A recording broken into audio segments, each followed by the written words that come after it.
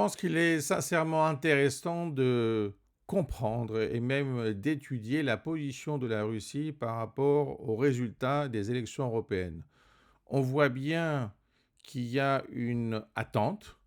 On voit bien que la Russie est consciente que la majorité au niveau du Parlement européen sera pro-européenne et pro-ukrainienne, mais en même temps, elle constate la dynamique des partis de droite qui gagnent en popularité, comme elle dit, mais simplement, elle évite de les appeler partis d'extrême droite. Elle parle simplement de partis de droite qui gagnent en popularité.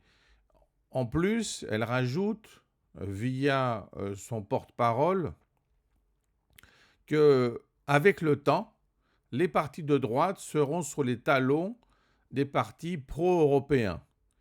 Et donc, elle suivra ce processus avec attention. Donc, on voit bien, c'est quelque chose qui est sans doute paradoxal pour la plupart des gens, que les partis de l'extrême soient plutôt pro-russes et que les partis démocratiques soient plutôt pro-européens et bien sûr pro-ukrainiens. Pourquoi? Eh bien, il faut bien se rendre compte qu'il y a une tendance et une tradition sur ce point de vue.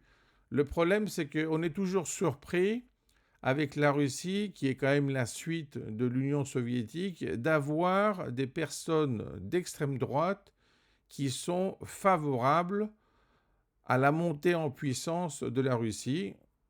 Nous pensons en réalité que c'est plutôt un contre-coup et surtout une opposition contre les Américains qui permet finalement de voir une sorte de sympathie pour la Russie en considérant que c'est une sorte de contrepoids.